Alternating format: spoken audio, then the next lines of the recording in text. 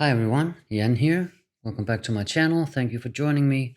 I'm doing a 40 by 80 centimeters canvas, 15.7 by 31.5 inches. As you saw, I've taped the back. I'm gonna do a layered cup, flip and lip, I think it's being called now. And I'm filling 3 cups and we'll flip them all.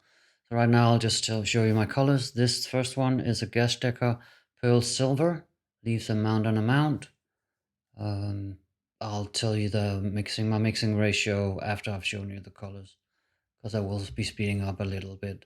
This one is a Amsterdam permanent blue violet, also leaves a mountain amount. Beautiful color. It just dries very dark for me, unfortunately, almost black. I need to find out what's going on. This one is a Goya pale turquoise blue, but I put in a blob of yellow rowney silver to tone it down a little bit. It was very like screaming light blue. This one is an Amsterdam turquoise blue. And then I have an Amsterdam yellowish green. I cannot show you the consistency because it's in a bottle. And this one is a Goya black. And the last one is a rotbart ultramarine, so marine blue. The mixing ratio for this canvas, 40 by 80 centimeters, I need 575 milliliters, or 600 milliliters is what I made. And I have mixed them with a local pouring medium brand called Malverk Basics. It's like Floetrol, same consistency as the European Floetrol. I mixed it with water, and I added a little Australian Floetrol in it. So I used 1 part paint, 3 parts Malverk Basics or Floetrol, half a part of water, and a quarter part of the Australian Floetrol. Meaning, if I use 55 milliliters of the Malverk Basics, I put 5 milliliters of Australian Floetrol in. I wanted to see if there's a reaction, and there seems to be a reaction, even though you only add a little of the Australian Floetrol. As you'll see, I'm layering the cups, and I have sped it up considerably because it just takes a long time to get it all sorted. I'm using all the paint. Like I said, I mixed up 600 milliliters. I'm using 600 milliliters, so most of the paints I mixed up so that I didn't have any waste, except for the black and the yellowish green I had extra in the bottle, but the rest I just mixed up so that I didn't have any waste after. Anyway, I'm getting ready to flip my cups, as you will see here.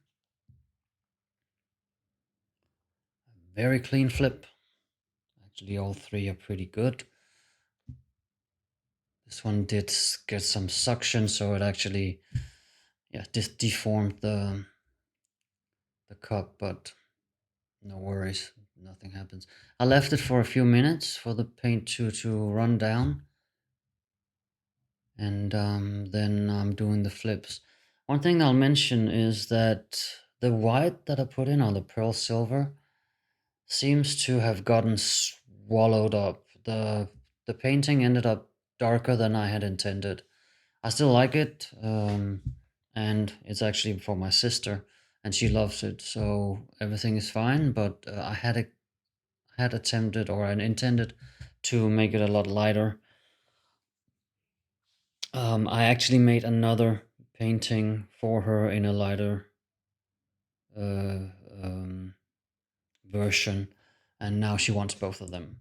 Right now I torched the bubbles, of course, and I started tilting, but I realized that I wanted to put some floor extender on. So I had some leftover paint that I just dumped into a cup every time that I was done with some of the paints, and I put them into this cup, and it actually has this beautiful teal, I guess, metallic shine to it. I really like this one. If I had known, I probably would have used it in a painting, but right now I'm just thinning it up so that it gets really thin. As you'll see, it just disappears in the when you drip it into the paint. And I'm just adding that around the the puddle here, and then I'll start tilting. So the flow extender just enables the paint to roll easier, so it doesn't roll over itself. It actually spreads just over the flow extender. It helps it spread more evenly and not roll over. Yeah, roll over itself.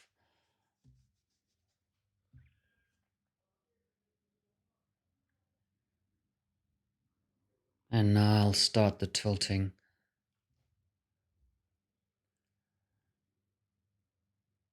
Another thing that surprised me with this one is that the yellowish green normally is a good accent color that I use. It did seem to take over a little more than I had expected or intended. It still ended up beautifully. It really did.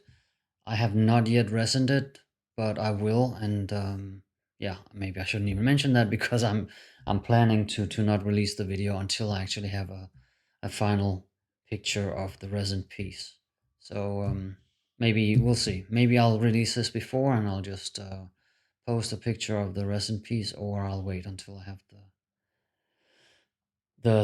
the piece resined. So now I'm speeding up again. The Australian Floetrol did make a difference, I think.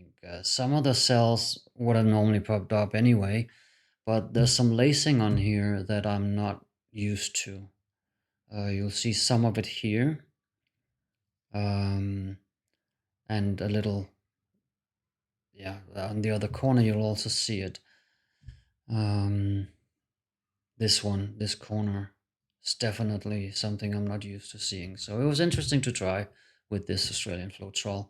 Just add a little bit in my regular pouring medium, see if it made a difference, and it did. We're reaching the end of the video. I want to thank you again for joining me. I would like it very much if you would please leave a comment. Also, give me a thumbs up, and I would really appreciate it if you would subscribe to my channel. Thank you very much. I wish you a pleasant day. Bye.